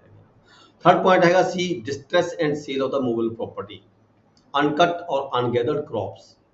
ਕਿਸੇ ਵੀ ਬਾਕੀਦਾਰ ਦੀ, ਡਿਫਾਲਟਰ ਦੀ ਜਿਹੜੀ ਮੂਵੇਬਲ ਪ੍ਰੋਪਰਟੀ ਹੈ, ਮੂਵੇਬਲ ਪ੍ਰੋਪਰਟੀ ਜਿਹੜੀ ਅਨਕਟ ਫਸਲ ਹੁੰਦੀ ਹੈ ਉਹਨੂੰ ਵੀ ਅਸੀਂ ਮੂਵੇਬਲ ਪ੍ਰੋਪਰਟੀ ਕਿਹਾ ਜਾ ਸਕਦਾ ਹੈ। ਅਨਗੈਦਰਡ ਔਰ ਅਨਕਟ ਫਸਲ ਜਿਹੜੀ ਹੈਗੀ ਖੜੀ ਫਸਲ ਨੂੰ ਵੀ ਅਸੀਂ ਮੂਵੇਬਲ ਪ੍ਰੋਪਰਟੀ ਕਹਿ ਸਕਦੇ ਹਾਂ, ਕਿਉਂਕਿ ਉਹਨੂੰ ਕੱਟ ਕੇ ਵੱਢ ਕੇ ਉਸ ਨੂੰ ਸਵਾਰ ਕੇ ਝਾੜ ਛਾਣ ਕੇ ਉਸ ਨੂੰ ਵੇਚਿਆ ਜਾ ਸਕਦਾ ਹੈਗਾ। ਇਸ ਕਰਕੇ ਖੜੀ ਫਸਲ ਨੂੰ ਡਿਸਟ੍ਰੈਸ ਐਂਡ ਸੇਲ, ਰੋਕ ਕੇ ਤੇ ਸੇਲ ਕਰਕੇ ਵੀ ਰਿਕਵਰੀ ਕੀਤੀ ਜਾ ਸਕਦੀ ਹੈ। ਡੀ ਪੁਆਇੰਟ ਹੈਗਾ ਕਿ ਟ੍ਰਾਂਸਫਰ ਆਫ ਦਾ ਹੋਲਡਿੰਗ। ਕਿਸੇ ਡਿਫਾਲਟਰ ਦੀ ਜਿਹੜੀ ਲੈਂਡ ਹੈਗੀ ਹੈ ਉਹ ਨਾਲ ਦੇ ਕਿਸੇ ਲੈਂਡ ਓਨਰ ਨੂੰ ਦੇ ਕੇ ਫਾਰ ਦਾ ਟਾਈਮ ਵੀ ਵਾਹਨ ਦੇ ਲਈ, ਇੱਕ ਫਸਲ 1 ਸਾਲ ਲਈ, 2 ਸਾਲ ਲਈ, 3 ਸਾਲ ਲਈ, ਮਤਲਬ ਕਿ ਐਜ਼ ਪਰ ਦਾ ਏਰੀਅਰਸ ਕਿੰਨੇ ਕੁ ਉਹਦੇ ਵੱਲ ਬਕਾਇਆ ਮਾਮਲਾ ਹੈਗਾ ਤੇ ਕਿੰਨੇ ਕੁ ਦੇ ਸਮੇਂ ਦੇ ਲਈ ਉਸਨੂੰ ਇਹ ਤਹਿਸੀਲਦਾਰ ਨੇ ਡਿਸਾਈਡ ਕਰਨਾ ਹੁੰਦਾ, ਮੌਕੇ ਤੇ ਦੂਜੇ ਵਿਅਕਤੀ ਨੂੰ ਦੇ ਕੇ ਟ੍ਰਾਂਸਫਰ ਕਰਕੇ ਉਹਦੇ ਤੋਂ ਜਿਹੜੀ ਪੈਦਾਵਾਰ ਹੈਗੀ ਉਹ ਪੈਦਾਵਾਰ ਜਿਹੜੀ ਹੈ ਏਰੀਅਰ ਦੇ ਰੂਪ ਦੇ ਵਿੱਚ ਲਈ ਜਾ ਸਕਦੀ ਹੈ। ਅੱਗੇ ਈ ਪਾਰਟ ਹੈਗਾ clause E, attachment of the estate. ਕਿਸੇ ਵੀ ਡਿਫਾਲਟਰ ਦੀ ਜਿਹੜੀ ਪ੍ਰਾਪਰਟੀ ਹੈ ਉਸਨੂੰ ਅਟੈਚ ਕੀਤਾ ਜਾ ਸਕਦਾ ਹੈ, ਕੁਰਕ ਕਰਕੇ ਵੀ ਅਸੀਂ ਜਿਹੜੀ ਹੈਗੀ ਰਿਕਵਰੀ ਕਰ ਸਕਦੇ ਹਾਂ। ਕਲੌਜ਼ ਐਫ ਦੇ ਵਿੱਚ ਹੈਗਾ ਐਨਲਮੈਂਟ ਆਫ ਦਾ ਅਸੈਸਮੈਂਟ। ਜਿਹੜੀ ਅਸੈਸਮੈਂਟ ਹੋਈ ਹੁੰਦੀ ਹੈ, ਅਸੈਸਮੈਂਟ ਕਰਕੇ ਕਿਸੇ ਵਿਅਕਤੀ ਨੂੰ ਅਸੀਂ ਲੈਂਡ ਓਨਰ ਡਿਕਲੇਅਰ ਕਰਦੇ ਹਾਂ ਤੇ ਉਹਦੇ ਉੱਪਰ ਮਾਮਲਾ ਲਗਾ ਦੇਣਾ ਕਿ ਤੂੰ ਇੰਨਾ ਮਾਮਲਾ ਸਰਕਾਰ ਦੇ ਖਾਤੇ 'ਚ ਤੁਸੀਂ ਹਰ 6 ਮਹੀਨਿਆਂ ਬਾਅਦ ਜਾਂ ਸਾਲ ਬਾਅਦ ਜਮ੍ਹਾਂ ਕਰਵਾਉਣਾ ਹੈ। ਪਰ ਜਦੋਂ ਕਿਸੇ ਦੀ ਅਸੈਸਮੈਂਟ ਨੂੰ ਅਨਲ ਕਰ ਦਿੰਦੇ ਆ ਤਾਂ ਜਿਹੜੀ ਲੈਂਡ ਹੈਗੀ ਹੈ ਉਹ ਗਵਰਨਮੈਂਟ ਦੀ ਓਨਰਸ਼ਿਪ ਬਣ ਜਾਂਦੀ ਹੈ, ਗਵਰਨਮੈਂਟ ਕੋਲ ਉਹਦਾ ਕਬਜ਼ਾ ਆ ਜਾਂਦਾ, ਗਵਰਨਮੈਂਟ ਹੀ ਉਸ ਨੂੰ ਅੱਗੇ ਫਰਦਰ ਆਪਣੇ ਪੱਧਰ ਤੇ ਉਹਦੀ ਵਾਹੀ ਕਰਵਾਉਂਦੀ ਹੈਗੀ ਹੈ, ਪ੍ਰਬੰਧ ਕਰਦੀ ਹੈ, ਠੀਕ ਹੈ। ਨੈਕਸਟ ਹੈਗਾ ਜੀ, ਕਲੌਜ਼ ਜੀ ਹੈ ਬਾਈ ਸੇਲ ਆਫ ਐਸਟੇਟ ਔਰ ਹੋਲਡਿੰਗ। ਕਿਸੇ ਵੀ ਡਿਫਾਲਟਰ ਦੀ ਜਿਹੜੀ ਪ੍ਰਾਪਰਟੀ ਹੈ ਉਸਨੂੰ ਸੇਲ ਕਰਕੇ, ਠੀਕ ਹੈ, ਉਹਦੀ ਹੋਲਡਿੰਗ ਨੂੰ, ਉਹਦਾ ਹਿੱਸਾ ਜਿੰਨਾ ਹੈਗਾ ਉਹਨੂੰ ਸੇਲ ਕਰਕੇ ਵੀ ਰਿਕਵਰੀ ਕੀਤੀ ਜਾ ਸਕਦੀ ਹੈ। ਐਚ ਹੈਗਾ ਪ੍ਰੋਸੀਡਿੰਗਸ ਅਗੇਂਸਟ ਅਦਰਸ ਪ੍ਰੋਪਰਟੀ। ਜੇਕਰ ਉਹਦੀ ਆਪਦੀ ਓਨਰਸ਼ਿਪ ਜਿਹੜੀ ਹੈਗੀ ਹੈ, ਓਨਰਸ਼ਿਪ ਦੇ ਰਾਹੀਂ ਓਨਰਸ਼ਿਪ ਨੂੰ ਉਹਦੀ ਨੂੰ ਵੇਚ ਕੇ ਜਿਹੜੀ ਦੀ ਕੁਰਕੀ ਕੀਤੀ ਗਈ ਸੀ ਜਾਂ ਅਟੈਚ ਕੀਤੀ ਗਈ ਸੀਗੀ, ਠੀਕ ਹੈ, ਜਾਂ ਜਿਹਦੇ ਉੱਪਰ ਉਹਨੇ ਕੋਈ ਮਾਮਲਾ ਬਕਾਇਆ ਸੀਗਾ, ਜੇ ਉਹ ਸੇਲ ਕਰਕੇ ਮਾਮਲਾ ਪੂਰਾ ਨਹੀਂ ਹੁੰਦਾ ਤਾਂ ਉਹਦੀ ਜਿਹੜੀ ਮਾਲਕ ਦੀ, ਓਨਰ ਦੀ ਜਿਹੜੀ ਪ੍ਰਾਪਰਟੀ ਹੈ, ਕੋਈ ਹੋਰ ਪ੍ਰਾਪਰਟੀ ਨੂੰ ਪ੍ਰੋਸੀਡਿੰਗਸ ਅਗੇਂਸਟ ਅਦਰ ਪ੍ਰਾਪਰਟੀ ਦੇ ਖਿਲਾਫ ਜਿਹੜੀਆਂ ਪ੍ਰੋਸੀਡਿੰਗ ਨੇ, ਜਿਹੜੀਆਂ ਕਾਰਵਾਈ ਕੀਤੀ ਜਾ ਸਕਦੀ ਹੈ। ਹੁਣ ਇਹ ਜਿਹੜਾ ਆਪਾਂ ਸੈਕਸ਼ਨ 67 ਪੜ੍ਹਿਆ ਸੀਗਾ, ਇਹਦੇ ਹੀ ਜਿਹੜੇ ਅੱਗੇ ਜੋ ਆਪਾਂ ਇਹਦੇ ਕਲਾਜ਼ਸ ਪੜ੍ਹੀਆਂ ਨੇ A ਤੋਂ ਲੈ ਕੇ H ਤੱਕ, ਇਹ ਅੱਗੇ ਸੈਕਸ਼ਨ ਦੇ ਰੂਪ ਦੇ ਵਿੱਚ ਕੱਲੀ ਕਲਾਜ਼ ਦਾ ਜਿਹੜਾ ਵੇਰਵਾ ਹੈਗਾ ਉਹ ਸੈਕਸ਼ਨ ਦੇ ਰੂਪ 'ਚ ਦਿੱਤਾ ਹੈ, ਡਿਟੇਲ ਵਿੱਚ ਦਿੱਤਾ ਹੋਇਆ ਹੈ। ਸੈਕਸ਼ਨ 68 ਹੈ, ਜਿਵੇਂ ਕਿ ਆਪਾਂ A ਤੇ ਪੜ੍ਹਿਆ ਸੀਗਾ, ਕਲਾਜ਼ A 'ਚ ਪੜ੍ਹਿਆ ਸੀ ਰਿਟ ਆਫ ਡਿਮਾਂਡ। ਸੈਕਸ਼ਨ 68 ਹੈ, ਵੈਰੀ ਇੰਪੋਰਟੈਂਟ ਹੈ, ਪੇਪਰ 'ਚ ਅਕਸਰ ਆਉਂਦਾ ਰਹਿੰਦਾ ਹੈ। ਠੀਕ ਹੈ, note to defaulter, notice to defaulter, default ਨੂੰ ਅਸੀਂ ਨੋਟਿਸ ਭੇਜਦੇ ਹਾਂ ਰਿਟ ਆਫ ਡਿਮਾਂਡ ਦੇ ਵਿੱਚ। After land revenue becomes arrear of the land, ਜਦੋਂ ਵੀ ਕਿਸੇ ਵਿਅਕਤੀ ਦੇ ਵੱਲ, ਡਿਫਾਲਟਰ ਦੇ ਵੱਲ ਜਿਹੜਾ ਲੈਂਡ ਰੈਵਨਿਊ ਹੈ ਏਰੀਅਰ ਬਣ ਜਾਵੇ, ਬਕਾਇਆ ਹੋ ਜਾਵੇ, ਤਾਂ ਉਸਨੂੰ ਰਿਟ ਆਫ ਡਿਮਾਂਡ ਭੇਜੀ ਜਾਂਦੀ ਹੈ, ਯਾਨੀ ਕਿ ਨੋਟਿਸ ਭੇਜਿਆ ਜਾਂਦਾ ਹੈਗਾ। ਸੈਕਸ਼ਨ 69 ਕੀ ਹੈ, arrest and detention of the defaulter, default ਨੂੰ ਅਰੈਸਟ ਵੀ ਕੀਤਾ ਜਾ ਸਕਦਾ ਹੈ, ਉਹਨੂੰ ਬਿਠਾਇਆ ਵੀ ਜਾ ਸਕਦਾ ਹੈ, ਡਿਟੇਨ ਕਰਕੇ ਵੀ ਰੱਖਿਆ ਜਾ ਸਕਦਾ ਹੈ। ਰੈਵਨਿਊ ਆਫਿਸਰ ਨੇ issue warrant to the police officer, ਜਿਹੜਾ ਰੈਵਨਿਊ ਆਫਿਸਰ ਹੈਗਾ ਉਹ ਜਿਹੜਾ ਵਾਰੰਟ ਕਿਹਨੂੰ ਭੇਜੇਗਾ, ਪੁਲਿਸ ਅਫਸਰ ਨੂੰ ਭੇਜੇਗਾ। ਠੀਕ ਹੈ ਜੀ, ਪੁਲਿਸ ਆਫਿਸਰ ਉਹਨੂੰ ਅਰੈਸਟ ਕਰਕੇ ਰੈਵਨਿਊ ਆਫਿਸਰ ਦੇ ਅੱਗੇ ਪੇਸ਼ ਕਰੇਗਾ। ਠੀਕ ਹੈ, ਦੈਨ ਸਬਸੈਕਸ਼ਨ 2 ਦੇ ਵਿੱਚ ਕੀ ਹੈ, ਬਿਫੋਰ ਕਲੈਕਟਰ, ਰੈਵਨਿਊ ਆਫਿਸਰ ਹੈ ਉਸ ਨੂੰ 10 ਦਿਨ ਦੇ ਲਈ ਅਰੈਸਟ ਵੀ ਕਰਕੇ ਜੇਲ੍ਹ 'ਚ ਭੇਜ ਸਕਦਾ ਹੈ, ਜਾਂ ਫਿਰ ਉਹਨੂੰ ਕਲੈਕਟਰ ਕੋਲੇ ਲੈ ਕੇ ਜਾ ਸਕਦਾ ਹੈ।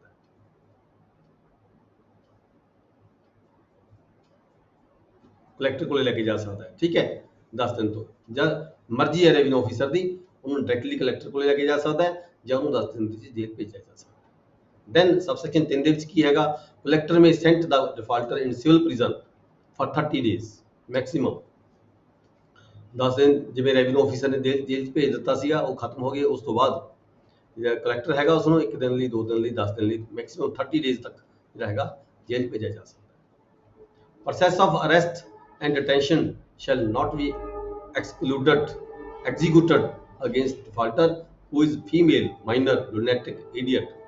ਜਿਹੜਾ ਇਹ ਪ੍ਰੋਸੈਸ ਹੈਗਾ ਅਰੈਸਟ ਕਰਨ ਦਾ, ਜੇਲ੍ਹ ਭੇਜਣ ਦਾ, ਇਹ ਕਿਸੇ ਫੀਮੇਲ ਦੇ ਖਿਲਾਫ, ਮਾਈਨਰ ਦੇ ਖਿਲਾਫ, ਲੂਨੈਟਿਕ ਦੇ ਖਿਲਾਫ, ਇਡੀਅਟ ਦੇ ਖਿਲਾਫ, ਯਾਨੀ ਕਿ ਪਾਗਲ ਵਿਅਕਤੀ ਮਾਈਨਰ ਹੋਵੇ ਜਾਂ ਫੀਮੇਲ ਹੋਵੇ, ਉਹਦੇ ਖਿਲਾਫ ਜਿਹੜਾ ਇਹ ਅਰੈਸਟ ਵਾਲਾ ਜਿਹੜਾ ਹੈਗਾ ਸੈਕਸ਼ਨ 69 ਦੀ ਜਿਹੜੀ ਧਾਰਾ ਹੈਗੀ ਹੈ ਨਹੀਂ ਯੂਟਿਲਾਈਜ਼ ਕਰ ਸਕਦੇ। Next is section 70, distress and sale of the movable property and crop. Subsection 1, revenue officer at any time may stained and sold uncut and ungathered crop of the defaulter।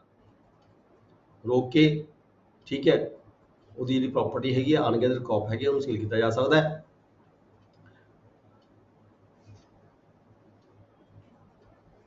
ਪਰ ਇਹਦੇ ਚ ਨਾਲ ਹੀ ਐਗਜ਼ੈਂਪਸ਼ਨ ਦਿੱਤੀ ਗਈ ਹੈ, exempt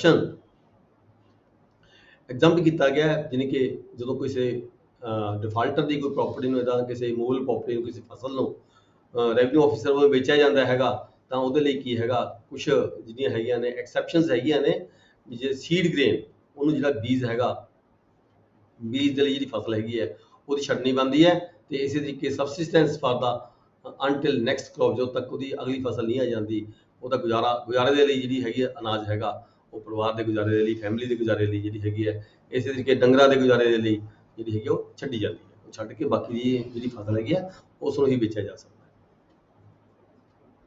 section 71 ਚ ਕੀ ਹੈ, transfer of holding. Transfer of holding, ਕਿਸੇ ਡਿਫਾਲਟਰ ਦੀ ਜਿਹੜੀ ਪ੍ਰਾਪਰਟੀ ਲੈਂਡ ਹੈਗੀ ਆ, ਉਸ ਲੈਂਡ ਨੂੰ collector may transfer holding to any person for the payment of the land. ਠੀਕ ਹੈ, ਕਿਸੇ ਨਾਲ ਦੇ ਗੁਆਂਢੀ ਨੂੰ ਜਿਹੜੀ ਹੈਗੀ ਆ ਉਹਦੀ ਲੈਂਡ ਹੈ ਟ੍ਰਾਂਸਫਰ ਕੀਤੀ ਜਾ ਸਕਦੀ ਹੈ।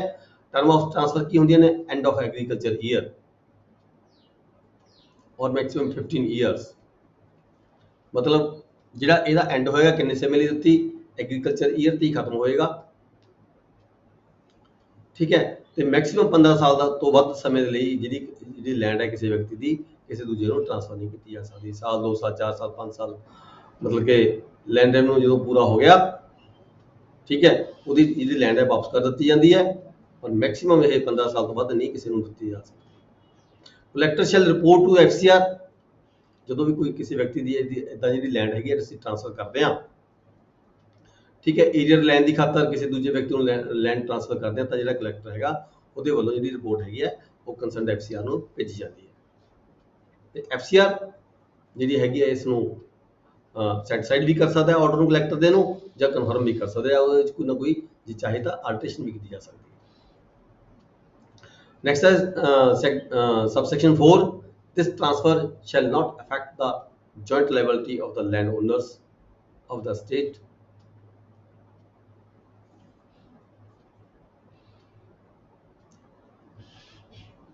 joint liability of the landowners of the state. ਦੂਜੇ ਜਿਹੜੇ ਲੈਂਡ ਓਨਰ ਹੈਗੇ ਆ ਉਹਨਾਂ ਨੂੰ ਪਰਫੈਕਟ ਨਹੀਂ ਪਏਗਾ ਇਸ ਗੱਲ ਦਾ। the next ਹੈ 5 the person to whom land is transferred stand in the same position as the defaulter। ਜਿਸ ਵਿਅਕਤੀ ਨੂੰ ਇਹ ਲੈਂਡ ਟ੍ਰਾਂਸਫਰ ਕੀਤੀ ਗਈ ਹੈ ਉਹ ਉਸੇ ਪੋਜੀਸ਼ਨ ਦੇ ਵਿੱਚ ਆਏਗਾ ਫਾਰ ਦਾ ਟਾਈਮਿੰਗ ਜਿਸ ਪੋਜੀਸ਼ਨ ਦੇ ਵਿੱਚ ਜਿਹੜਾ ਡਿਫਾਲਟਰ ਸੀਗਾ ਉਸ ਜ਼ਮੀਨ ਨੂੰ ਕਾਸ਼ਤ ਕਰ ਰਿਹਾ ਸੀਗਾ। ਇਹਦੀ ਸੇਮ ਪੋਜੀਸ਼ਨ ਬਣ ਜਾਏਗੀ ਉਸ ਤਰੀਕੇ ਉਹ ਇਸ ਨੂੰ ਕਾਸ਼ਤ ਕਰੇਗਾ।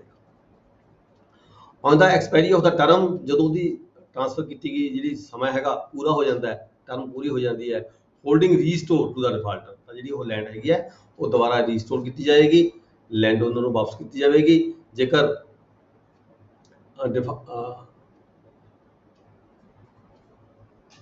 free of any claim on the part of the government। ਮਤਲਬ ਕਹਿੰਦਾ ਇਹ ਹੈਗਾ ਵੀ ਜਿਹੜਾ ਜੇਕਰ ਉਹਦਾ ਮਾਮਲਾ ਕੁਛ ਉਹਦੀ ਅਮਾਉਂਟ ਵੱਧ ਗਈ ਠੀਕ ਹੈ ਤਾਂ ਉਸ ਵਿਅਕਤੀ ਨੂੰ ਜਿਹੜਾ ਲੈਂਡ ਓਨਰ ਹੈਗਾ ਉਹਨੂੰ ਵਾਪਸ ਕਰ ਦਿੱਤੀ ਜਾਵੇਗੀ ਜੀ ਠੀਕ ਹੈ। ਤੇ ਜਿਹੜਾ ਉਹ ਵਿਅਕਤੀ ਜਿਹੜਾ ਜਿਸ ਦੀ ਜਿਹੜੀ ਓਨਰਸ਼ਿਪ ਸੀਗੀ ਟ੍ਰਾਂਸਫਰ ਕੀਤੀ ਗਈ ਸੀ ਉਹ ਸਾਰੇ ਦੇ ਸਾਰੇ ਰਾਈਟਸ ਜਿਹੜੇ ਮੁੜ ਕੇ ਵਾਪਸ ਉਸ ਲੈਂਡ ਓਨਰ ਤੇ ਆ ਜਾਣਗੇ। ਨੈਕਸਟ ਹੈ ਸੈਕਸ਼ਨ 72 ਵੈਰੀ ਇੰਪੋਰਟੈਂਟ ਹੈ ਤੁਸੀਂ ਰੋਜ਼ ਇੰਪਲੀਮੈਂਟ ਕਰਦੇ ਹੋ ਡੇਲੀ ਤੁਹਾਡੇ ਕੋਲੇ ਜਿਹੜੇ ਵਾਰੰਟ ਆਉਂਦੇ ਆ ਕੁਰਕੀ ਦੇ ਅਟੈਚਮੈਂਟ ਦੇ ਉਹ ਸੈਕਸ਼ਨ 72 ਦੇ ਤਹਿਤ ਹੀ ਤੁਹਾਡੇ ਕੋਲ ਜ਼ਿਆਦਾਤਰ ਆਉਂਦੇ ਆ ਠੀਕ ਹੈ। ਕਦੇ ਜਦੋਂ ਵਾਰੰਟ ਤੁਹਾਡੇ ਕੋਲੇ ਕੁਰਕੀ ਦਾ ਹੁੰਦਾ ਅਟੈਚਮੈਂਟ ਦਾ ਉਹਨੂੰ ਪੜ੍ਹ ਕੇ ਦੇਖੋ ਡਿਟੇਲ ਦੇ ਵਿੱਚ ਵੀ ਕਿਹੜੇ ਸੈਕਸ਼ਨ ਦੇ ਤਹਿਤ ਇਹ ਵਾਰੰਟ ਜਿਹੜਾ ਜਾਰੀ ਹੋਇਆ ਹੈਗਾ। Attachment of state of the holding attachment of estate or holding the collector may attach and taken under his own management।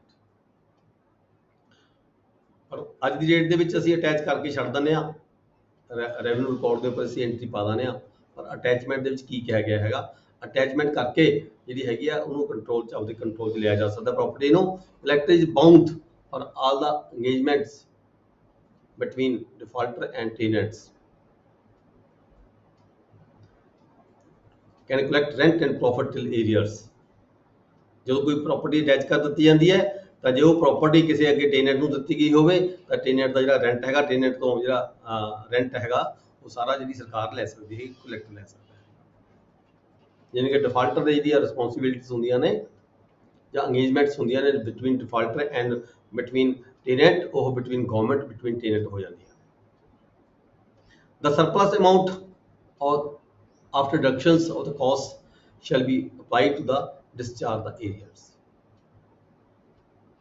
ਜਦੋਂ ਅਮਾਉਂਟ ਆ ਜਾਂਦੀ ਹੈ ਮੰਨ ਲਓ ਜ਼ਮੀਨ ਅਟੈਚ ਕੀਤੀ ਗਈ ਸੀਗੀ ਉਸ ਅਟੈਚਮੈਂਟ ਤੋਂ ਜਿਹੜਾ ਕਿਰਾਇਆ ਆ ਗਿਆ ਕਿਰਾਇਆ ਆ ਕੇ ਠੀਕ ਹੈ ਉਹ ਸਰਕਾਰ ਦੇ ਖਾਤੇ 'ਚ ਜਮ੍ਹਾਂ ਹੋ ਗਿਆ ਉਹਦੇ ਖਰਚੇ ਕੱਢ ਕੇ ਜਿਹੜਾ ਰਕਮ ਬਚ ਗਈ ਖਰਚੇ ਕੱਢ ਕੇ ਜਿਹੜੀ ਰਕਮ ਬਚ ਗਈ ਉਹ ਜਿਹੜੀ ਹੈਗੀ ਉਹ ਡਿਸਚਾਰਜ ਏਰੀਅਰਸ ਦੇ ਰੂਪ ਦੇ ਵਿੱਚ ਜਿਹੜੀ ਜਮ੍ਹਾਂ ਕਰਾਈ ਜਾਏਗੀ ਸਰਕਾਰ ਦੇ ਖਾਤੇ ਜਿਵੇਂ ਕਿ ਕਿਰਾਇਆ ਜਿਹੜਾ ਆ ਰਿਹਾ ਹੈ ਨਾ ਜੀ ਉਹਦੇ ਖਰਚੇ ਕੱਢ ਕੇ ਕਾਸਟਾਂ ਵਗੈਰਾ ਕੱਢ ਕੇ ਸਰਪਲਸ ਅਮਾਉਂਟ ਜਿਹੜੀ ਬਚੇਗੀ after deduction of the cost ਖਰਚੇ ਕੱਢ ਕੇ ਸਰਕਾਰ ਦੇ ਜਿਹੜਾ ਏਰੀਅਰ ਹੈਗਾ ਸਰਕਾਰ ਦਾ ਜਿਹੜਾ ਬਕਾਇਆ ਹੈਗਾ ਉਹਦੇ ਵਿੱਚ ਜਮ੍ਹਾਂ ਕਰਾਈ ਜਾਏਗੀ ਤੇ ਜਿਹੜੀ ਇਹ ਮੈਕਸਿਮਮ ਟਰਮ ਹੈਗੀ ਹੈ ਅਟੈਚਮੈਂਟ ਦੀ 5 ਈਅਰ ਹੈਗੀ ਹੈ 5 ਸਾਲ ਤੋਂ ਬਾਅਦ ਜਿਹੜੀ ਪ੍ਰਾਪਰਟੀ ਹੈਗੀ ਆ ਉਹ ਅਟੈਚ ਨਹੀਂ ਰੱਖੀ ਜਾ ਸਕਦੀ। Surplus amount paid to the land ਜੇ ਉਹਨਾਂ ਕੋਈ ਪ੍ਰਾਪਰਟੀ ਅਟੈਚ ਕੀਤੀ ਸੀ ਮਾਮਲਾ ਦਾ ਲੈਣਾ ਸੀ ਉਹ ਤੋਂ 5000 ਰੁਪਈਆ ਠੀਕ ਹੈ ਉਹਦੇ ਤੋਂ ਆਮਦਨ ਹੋ ਗਈ 7000 ਰੁਪਈਆ ਠੀਕ ਹੈ ਤਾਂ ਜਿਹੜੀ 2000 ਰੁਪਏ ਦੀ ਜਿਹੜੀ ਅਮਾਉਂਟ ਹੈਗੀ ਆ ਉਹ ਵਾਪਸ ਕਰ ਦਿੱਤੀ ਜਾਵੇਗੀ ਲੈਂਡ ਓਨਰ ਨੂੰ ਜਿਹਦੀ ਉਹ ਜ਼ਮੀਨ ਸੀ। Next section 73 annulment of assessment of the state। ਆਪਾਂ ਪਹਿਲਾਂ ਪੜ੍ਹਿਆ ਸੀਗਾ annulment of assessment ਜਦੋਂ ਕੋਈ ਵਿਅਕਤੀ ਮਾਮਲਾ ਨਾ ਦੇਵੇ ਤਾਂ ਜਿਹੜਾ ਕਲੈਕਟਰ ਕੋਲੇ ਪਾਵਰ ਹੈਗੀ ਹੈ FCR ਕੋਲੇ ਪਾਵਰ ਹੈਗੀ ਹੈ ਕਿਸੇ ਪ੍ਰੋਪਰਟੀ ਦੀ ਜਿਹੜੀ ਲੈਂਡ ਨੂੰ ਅਸੈਸਮੈਂਟ ਨੂੰ ਨਲ ਕਰਨਾ।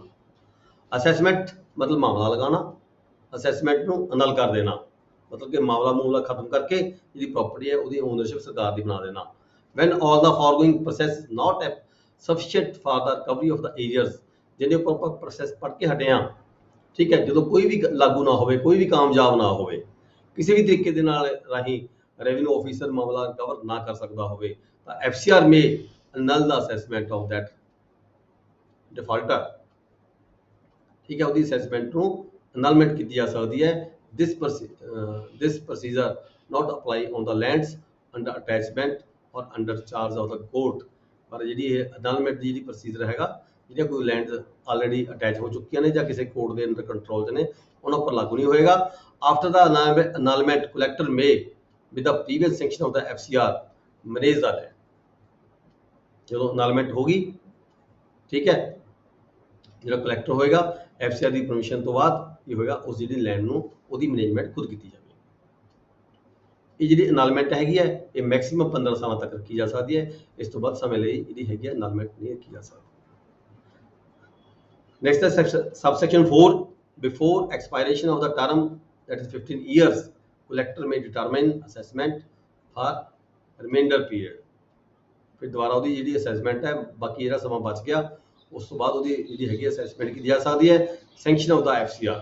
ਇਹ ਅਸੈਸਮੈਂਟ ਕਰਨ ਤੋਂ ਪਹਿਲਾਂ ਜਿਹੜੀ ਗਵਰਨਮੈਂਟ ਦੀ ਹੈਗੀ ਹੈ ਉਹ ਸੈਂਕਸ਼ਨ ਲੈਣੀ ਪੈਂਦੀ।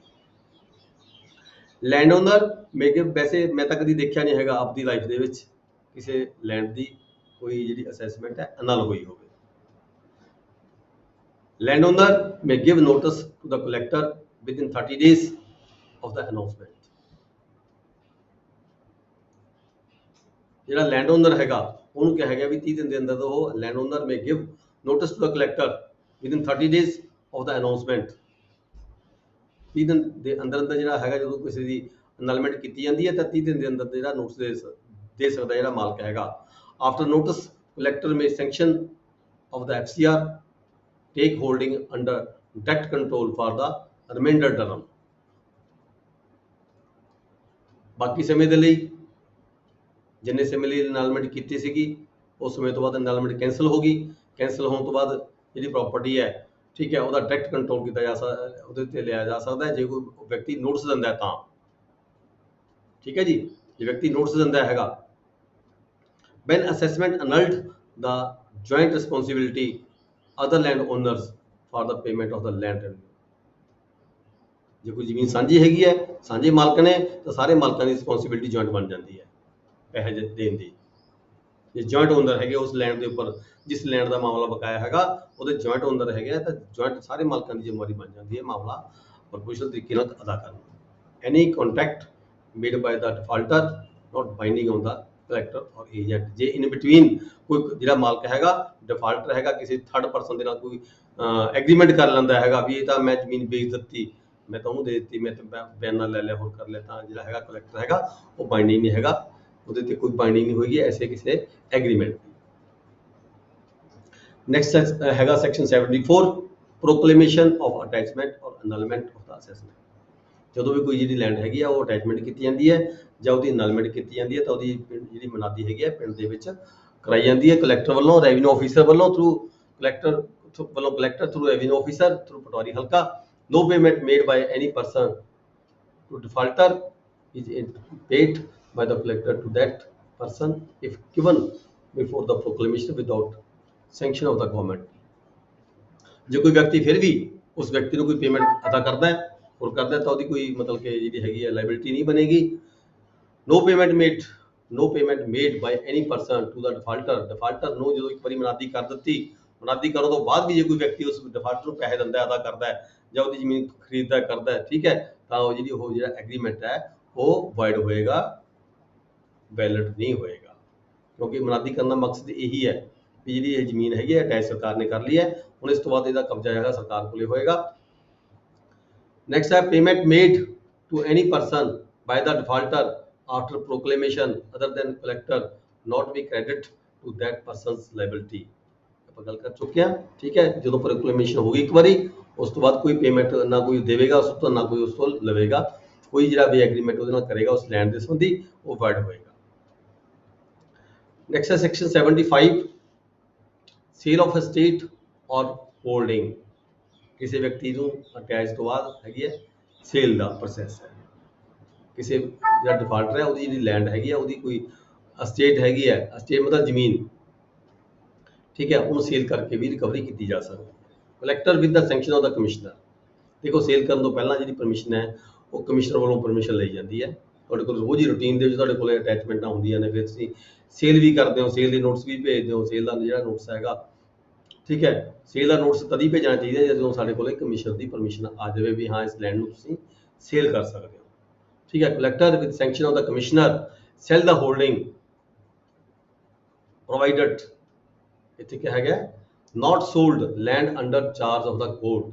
ਜੇ ਕੋਈ ਲੈਂਡ ਹੈ ਉਹਦੇ ਪਰ ਕਿਸੇ ਕੋਰਟ ਦਾ ਕੋਈ ਚਾਰਜ ਹੈਗਾ, ਠੀਕ ਹੈ, ਤਾਂ ਉਸ ਲੈਂਡ ਨੂੰ ਸੋਲਡ ਨਹੀਂ ਕੀਤਾ ਜਾ ਸਕਦਾ। Land is under attachment under section 72।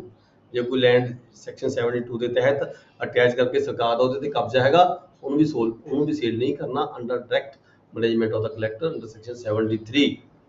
ਇਹ ਅਨਾਲਮੈਂਟ ਹੋ ਚੁੱਕੀ ਹੋਵੇ ਉਹਨੂੰ ਵੀ ਸੇਲ ਨਹੀਂ ਕਰਨਾ ਹੈਗਾ। ਨੈਕਸਟ ਹੈ section 76 effect of sale on the encumbrance. ਜਦੋਂ ਕੋਈ ਲੈਂਡ ਹੈ ਉਹ ਸੇਲ ਕਰ ਦਿੱਤੀ ਜਾਂਦੀ ਹੈ, ਡਿਫਾਲਟਰ ਦੀ ਕੋਈ ਪ੍ਰਾਪਰਟੀ ਸੇਲ ਕਰ ਦਿੱਤੀ ਜਾਂਦੀ ਹੈ ਸਰਕਾਰ ਵੱਲੋਂ, ਠੀਕ ਹੈ, ਤਾਂ ਉਹ ਜਿਹੜਾ ਪਰਚੇਜ਼ਰ ਹੁੰਦਾ ਹੈ, purchaser of the that land sold shall be free encumbrance, ਉਹ ਭਰ ਮੁਕਤ ਹੋਏਗੀ। ਠੀਕ ਹੈ। Nothing in subsection 1 shall affect tenants right of occupancy. ਪਰ ਇਹਦੇ ਵਿੱਚ ਨਾਲ ਕਿਹਾ ਗਿਆ, ਇਹ ਵੀ ਕਿਹਾ ਗਿਆ ਕਿ ਜੇ ਕੋਈ ਉਹ ਜਿਹੜੀ ਲੈਂਡ ਦੇ ਉੱਪਰ ਕੋਈ ਆਕੂਪੈਂਸੀ ਟੈਨੈਂਟ ਹੋਵੇ ਤਾਂ ਉਹਦੇ ਜਿਹੜੇ ਰਾਈਟਸ ਨੇ ਉਹ ਪ੍ਰੋਟੈਕਟ ਰਹਿਣਗੇ, ਉਹਨਾਂ ਨੂੰ ਜਿਹੜਾ ਹੈਗਾ ਕੋਈ ਇਫੈਕਟ ਨਹੀਂ ਹੋਏਗਾ। Any lease at fair rent for house, factory, mines, garden, tank, canal etcetera, any lease at fair rent, ਕੋਈ ਲੀਜ਼ ਜਿਹੜਾ ਲੈਸੀ ਹੈਗਾ ਉਹਦੇ ਜਿਹੜੇ ਰਾਈਟਸ ਨੇ, ਠੀਕ ਹੈ, ਉਹ ਵੀ ਪ੍ਰੋਟੈਕਟ ਰਹਿਣਗੇ। Then subsection 3 any grant contract saved by the FCR, ਜੇ ਕੋਈ FCR ਨੇ ਕੋਈ ਗ੍ਰਾਂਟ ਦਿੱਤੀ, ਜ਼ਮੀਨ ਫ੍ਰੀ ਦਿੱਤੀ ਕਿਸੇ ਨੂੰ, ਠੀਕ ਹੈ, ਕੋਈ ਕੰਟੈਕਟ ਕੀਤਾ ਜਾਂ ਕੋਈ ਸੇਵ ਕਰਤੇ ਕਿਸੇ ਰਾਈਟ, ਕਿਸੇ ਆਕੂਪੈਂਸੀ ਟੈਨੈਂਟ ਦੇ ਰਾਈਟ ਸੇਵ ਕਰਤੇ FCR ਨੇ, ਦੈਨ ਉਹ ਵੀ ਸੇਵ ਰਹਿਣਗੇ। ਨੈਕਸਟ ਹੈ section 77 proceeding against other immovable property of the defaulter. ਆਪਾਂ ਪੜ੍ਹ ਚੁੱਕੇ ਹਾਂ ਉੱਪਰ ਜਿਹੜੀ ਪ੍ਰਾਪਰਟੀ ਦੇ ਉੱਪਰ ਲੈਂਡ ਰੈਵਨਿਊ ਬਕਾਇਆ ਹੈਗਾ, ਠੀਕ ਹੈ, ਉਹਦੇ ਆਪਾਂ ਕਿੰਨੇ ਪ੍ਰੋਸੈਸ ਪੜ੍ਹ ਚੁੱਕੇ ਹਾਂ ਸੈਕਸ਼ਨ 68 ਤੋਂ ਲੈ ਕੇ ਸੈਕਸ਼ਨ 76 ਤੱਕ। ਜਦੋਂ ਉਹ ਕਿਸੇ ਵੀ ਸਾਰੇ ਪ੍ਰੋਸੈਸ ਅਡਾਪਟ ਕਰਕੇ ਫਿਰ ਵੀ ਜਿਹੜੀ ਰਿਕਵਰੀ ਨਹੀਂ ਹੋ ਜਾਂਦੀ, ਪੂਰੀ ਨਹੀਂ ਹੁੰਦੀ, ਮੰਨ ਲਓ ਘੱਟ ਰਿਕਵਰੀ ਹੋਈ ਹੈ ਜਾਂ ਮਾਮਲਾ ਜ਼ਿਆਦਾ, ਉਹਦੇ ਵੱਲ ਰਿਕਵਰੀ ਜ਼ਿਆਦਾ ਸੀ, ਇਹ ਇਕੱਲੇ ਮਾਮਲੇ ਦੀ ਗੱਲ ਨਹੀਂ ਕਰਦੇ ਆਪਾਂ, ਇਕੱਲਾ ਮਾਮਲਾ ਹੀ ਹੁੰਦਾ ਹੈ। ਏਰੀਅਰ ਆਫ ਲੈਂਡ ਰੈਵਨਿਊ ਮਤਲਬ ਜਦੋਂ ਹੋਰਾਂ ਡਿਪਾਰਟਮੈਂਟਾਂ ਦੀ ਵੀ ਕੋਈ ਰਿਕਵਰੀ ਕਿਸੇ ਤਰੀਕੇ ਨਾਲ ਨਹੀਂ ਹੁੰਦੀ ਤਾਂ ਹੋਰ ਡਿਪਾਰਟਮੈਂਟ ਵੀ ਕਲੈਕਟਰ ਕੋਲੇ ਆਪਦੀ ਜਿਹੜੀ ਫਾਈਲ ਹੁੰਦੀ ਹੈ, ਲੱਖਾਂ ਦੀ ਗਿਣਤੀ ਦੇ, ਜਿਵੇਂ ਕੋਈ ਬਹੁਤ ਸਾਰੇ ਡਿਪਾਰਟਮੈਂਟ ਹੈਗੇ ਆ, ਕਾਪਰ ਡਿਪਾਰਟਮੈਂਟ ਹੈਗਾ, SC ਕਾਰਪੋਰੇਸ਼ਨ ਹੈਗੀ ਹੈ, BC ਕਾਰਪੋਰੇਸ਼ਨ ਹੈਗੀ ਆ, ਹੋਰ ਬੈਂਕਾਂ ਦੇ ਲਈ ਤਾਂ ਹੁਣ ਸਰਕਾਰ ਨੇ ਜਿਹੜਾ ਸਰਫੇਸੀ ਐਕਟ ਬਣਾ ਦਿੱਤਾ ਹੈ, ਠੀਕ ਹੈ, ਹੋਰ ਵੀ ਐਕਸਾਈਜ਼ ਡਿਪਾਰਟਮੈਂਟ ਹੈ, ਬਹੁਤ ਸਾਰੇ ਡਿਪਾਰਟਮੈਂਟ ਨੇ ਜਿਨ੍ਹਾਂ ਦਾ ਕੋਈ ਜਿਹੜਾ ਬਕਾਇਆ ਹੈਗਾ ਉਹ ਕੋਈ ਖੜਾ ਹੁੰਦਾ ਹੈ ਲੱਖਾਂ ਦੇ ਰੂਪ ਦੇ ਵਿੱਚ, ਕਰੋੜਾਂ ਰੁਪਏ ਜਿਨ ਕਿ ਕੋਈ ਆਪਣੀ ਡਿਊਟੀ ਹੁੰਦੀ ਹੈ, ਕੋਈ ਐਕਸਾਈਜ਼ ਡਿਊਟੀ ਹੁੰਦੀ ਹੈ, ਇੱਦਾਂ ਦੇ ਬਹੁਤ ਸਾਰੇ ਬਕਾਏ ਹੋ ਸਕਦੇ ਨੇ ਜਿਹਨਾਂ ਨੂੰ ਅਸੀਂ ਏਰੀਅਰ ਆਫ ਲੈਂਡ ਰੈਵਨਿਊ ਦੇ ਰੂਪ ਦੇ ਵਿੱਚ ਕਲੈਕਟ ਕਰਦੇ ਹਾਂ। ਜਦੋਂ ਉਹ ਏਰੀਅਰ ਆਫ ਲੈਂਡ ਰੈਵਨਿਊ ਦੇ ਰੂਪ ਦੇ ਵਿੱਚ ਜਿਹੜੇ ਸੈਕਸ਼ਨ 68 ਤੋਂ ਲੈ ਕੇ 76 ਤੱਕ ਅਡਾਪਟ ਕਰਨ ਦੇ ਬਾਵਜੂਦ ਵੀ ਰਿਕਵਰੀ ਪੂਰੀ ਨਾ ਹੋਵੇ, ਮੰਨ ਲਓ ਰਿਕਵਰੀ ਲੈਣੀ ਸੀ ਵਾਲੇ ਤੋਂ 50 ਲੱਖ ਰੁਪਈਆ ਰਿਕਵਰੀ ਇਕੱਠੀ ਹੋਈ ਹੈ, ਉਹਦੀ ਪ੍ਰਾਪਰਟੀ ਸੇਲ ਕਰਕੇ 30 ਲੱਖ ਰੁਪਏ ਇਕੱਠੇ ਹੋਏ ਹੈਗੇ ਆ, ਰਿਕਵਰ ਹੋਏ ਆ, ਬਾਕੀ 20 ਲੱਖ ਰੁਪਏ ਔਰ ਬਚ ਗਏ, ਠੀਕ ਹੈ, ਉਹ ਸੈਕਸ਼ਨ 77 ਚ ਕਿਹਾ ਗਿਆ ਹੈ proceeding against other immovable property of the defaulter. ਪਹਿਲਾਂ ਤਾਂ ਜਿਹੜੀ ਪ੍ਰਾਪਰਟੀ ਸੀ ਜਿਹੜੀ ਉਸਨੇ ਮੌਰਗੇਜ ਕੀਤੀ ਸੀ ਜਾਂ ਜੋ ਵੀ ਕੀਤਾ ਸੀਗਾ, ਜਿਹੜੇ ਗਹਿਣੇ ਪਾਈ ਸੀਗੀ, ਉਹਦੇ ਤੋਂ ਰਿਕਵਰੀ ਹੋ ਗਈ, ਪਰ ਫਿਰ ਜੇ ਪੂਰੀ ਨਹੀਂ ਹੋਈ ਤਾਂ ਸੈਕਸ਼ਨ 77 ਚ ਕਿਹਾ ਗਿਆ ਹੈਗਾ ਉਹਦੀ ਹੋਰ ਪ੍ਰਾਪਰਟੀ ਤੋਂ ਵੀ ਰਿਕਵਰੀ ਕੀਤੀ ਜਾ ਸਕਦੀ ਹੈ। ਜਦੋਂ ਹੋਰ ਪ੍ਰਾਪਰਟੀ ਤੋਂ ਰਿਕਵਰੀ ਕਰਨੀ ਹੈ ਤਾਂ ਉਹੀ ਪ੍ਰੋਕਲੇਮੇਸ਼ਨ ਵੀ ਕੀਤੀ ਜਾਵੇਗੀ, ਜੇ ਮਨਾਦੀ ਕਰਤੀ, ਜੇ ਬੰਦਾ ਪੈਸੇ ਦੇਣ ਲਈ ਆ ਗਿਆ ਤਾਂ ਜਿਹੜੀ ਮਨਾਦੀ ਹੈ ਵਾਪਸ ਵੀ ਲਈ ਜਾ ਸਕਦੀ ਹੈ।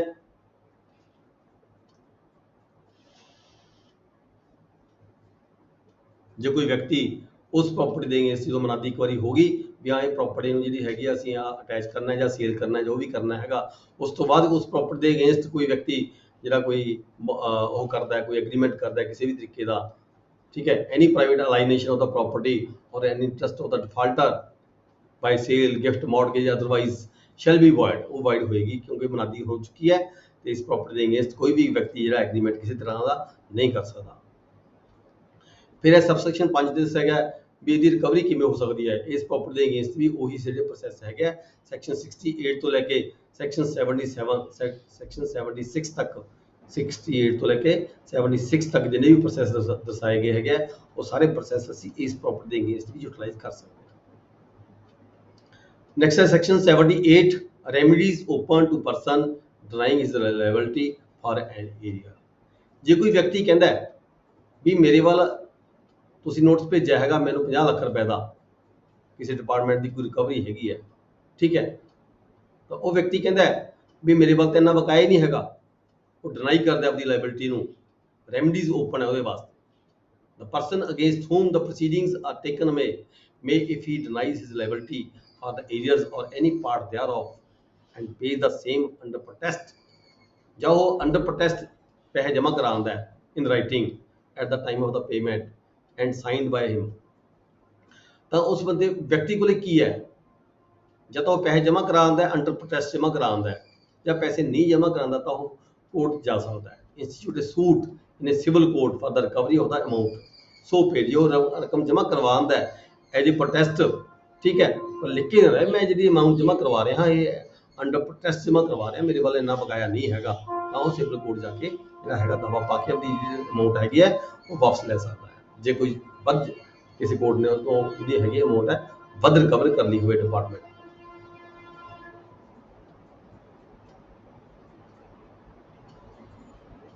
ਜਿਹੜੀ ਕੋਰਟ ਕਿਹੜੀ ਹੋਏਗੀ, ਕੋਰਟ ਉਹ ਜੁਰਿਸਡਿਕਸ਼ਨ ਜਿੱਥੇ ਕਲੈਕਟਰ ਨੇ ਉਸ ਤੋਂ ਡਿਮਾਂਡ ਕੀਤੀ ਹੈ ਉਸੇ ਕਲੈਕਟਰ ਦੇ ਅਧੀਨ ਜਿਹੜੀ ਵੀ ਕੋਈ ਕੋਰਟ ਮਤਲਬ ਕਿ ਐਸਟੈਬਲਿਸ਼ ਹੈਗੀ ਹੈ ਉਸੇ ਕੋਰਟ 'ਚ ਉਹ ਜਾ ਕੇ ਸੂਟ ਫਾਈਲ ਕਰ ਸਕਦਾ ਹੈ। ਨੈਕਸਟ ਹੈਗਾ ਪ੍ਰੋਕਲੇਮੇਸ਼ਨ ਆਫ ਦਾ ਸੇਲ। ਜਦੋਂ ਕੋਈ ਪ੍ਰਾਪਰਟੀ ਦੀ ਸੇਲ ਕਰਨੀ ਹੈ ਤਾਂ ਉਹਦੀ ਮਨਾਦੀ ਕਰਾਈ ਜਾਂਦੀ ਹੈ ਪਹਿਲਾਂ, ਠੀਕ ਹੈ ਜੀ। ਜਦੋਂ ਸੇਲ ਕਦੋਂ ਕੀਤੀ ਜਾਂਦੀ ਹੈ ਤਾਂ ਸਭ ਤੋਂ ਪਹਿਲਾਂ ਪਰਮਿਸ਼ਨ ਲੈਣੀ ਹੁੰਦੀ ਹੈ ਕਮਿਸ਼ਨਰ ਦੀ, ਕਮਿਸ਼ਨ ਦੀ ਪਰਮਿਸ਼ਨ ਲੈ ਕੇ ਉਸ ਤੋਂ ਬਾਅਦ ਜਦੋਂ ਅਸੀਂ ਪ੍ਰਾਪਰਟੀ ਨੂੰ ਸੇਲ ਕਰਦੇ ਹਾਂ ਤਾਂ ਸਭ ਤੋਂ ਪਹਿਲਾਂ ਕੀ ਹੈ ਮਨਾਦੀ ਕਰਾਈ ਜਾਂਦੀ ਹੈ, ਪ੍ਰੋਕਲੇਮੇਸ਼ਨ ਆਫ ਸੇਲ। ਉਹਦਾ ਪ੍ਰੋਸੈਸ ਕੀ ਹੈ ਮਨਾਦੀ ਦਾ, collector shall issue a proclamation of the intended sale, date time and place. ਤਿੰਨ ਪੁਆਇੰਟ ਨੇ ਜੀ। ਪਹਿਲਾਂ ਤਾਂ ਡੇਟ ਫਿਕਸ ਕੀਤੀ ਜਾਵੇਗੀ, ਫਿਰ ਟਾਈਮ ਨਿਯਤ ਕੀਤਾ ਜਾਵੇਗਾ 11 ਵਜੇ 12 ਵਜੇ 1 ਵਜੇ ਜਿੰਨੇ ਵਜੇ ਬੋਲੀ ਕਰਨੀ ਹੈ, ਜਾਂ ਦੁਪਹਿਰ ਤੋਂ ਬਾਅਦ 4 ਵਜੇ 3 ਵਜੇ ਕਰਨੀ ਹੈ, ਠੀਕ ਹੈ। And place of the sale, ਬੋਲੀ ਹੋਏਗੀ ਕਿੱਥੇ, ਤਹਿਸੀਲ 'ਚ ਹੋਏਗੀ ਜਾਂ ਪ੍ਰਾਪਰਟੀ ਜਿੱਥੇ ਫਾਲ ਕਰਦੇ ਉਸ ਪਿੰਡ 'ਚ ਜਾ ਕੇ ਹੋਏਗੀ, ਜਾਂ ਕਿਸੇ ਸ਼ਹਿਰ 'ਚ ਕਿਸੇ ਮਹੱਲੇ 'ਚ ਪ੍ਰਾਪਰਟੀ ਫਾਲ ਕਰਦੇ ਪ੍ਰਾਪਰਟੀ ਦੇ ਨੇੜੇ ਹੋਏਗੀ। ਇਹ ਜਿਹੜਾ ਹੈਗਾ ਜਿਹੜਾ ਤੁਸੀਂ ਪ੍ਰੋਕਲੇਮੇਸ਼ਨ ਕਰਨੀ ਹੈ ਮਨਾਦੀ ਕਰਨੀ ਹੈ, ਮਨਾਦੀ ਦੇ ਵਿੱਚ ਤਿੰਨ ਚੀਜ਼ਾਂ ਹੋਣਗੀਆਂ, ਡੇਟ ਹੋਏਗਾ, ਟਾਈਮ ਹੋਏਗਾ ਤੇ ਪਲੇਸ ਹੋਏਗਾ। The property to be sold and the land revenue assessed thereon,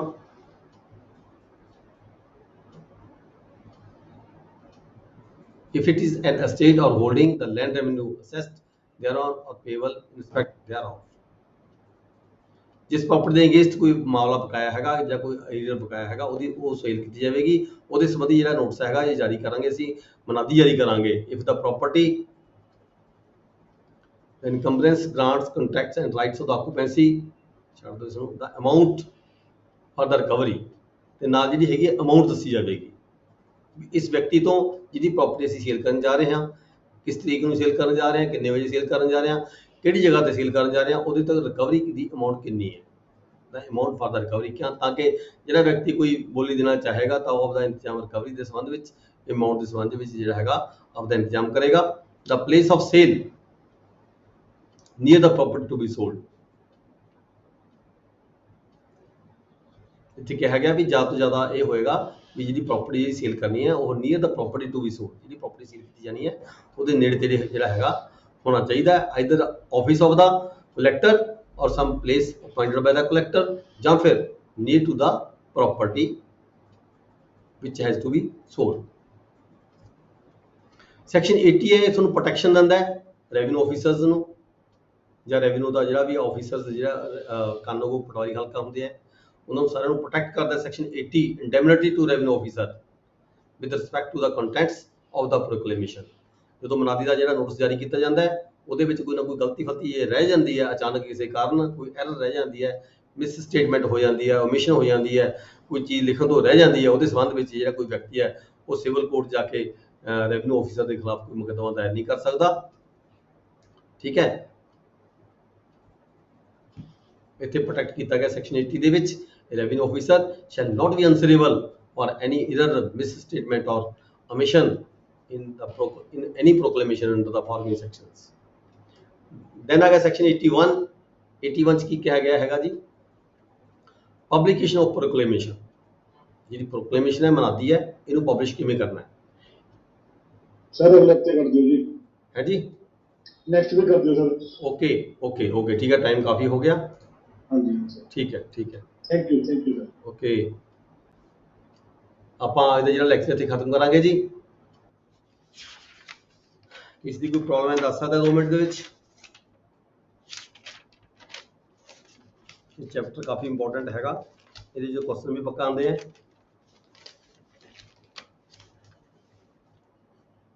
any query? ठीक है जी, then it is okay, class is over, thank you very much।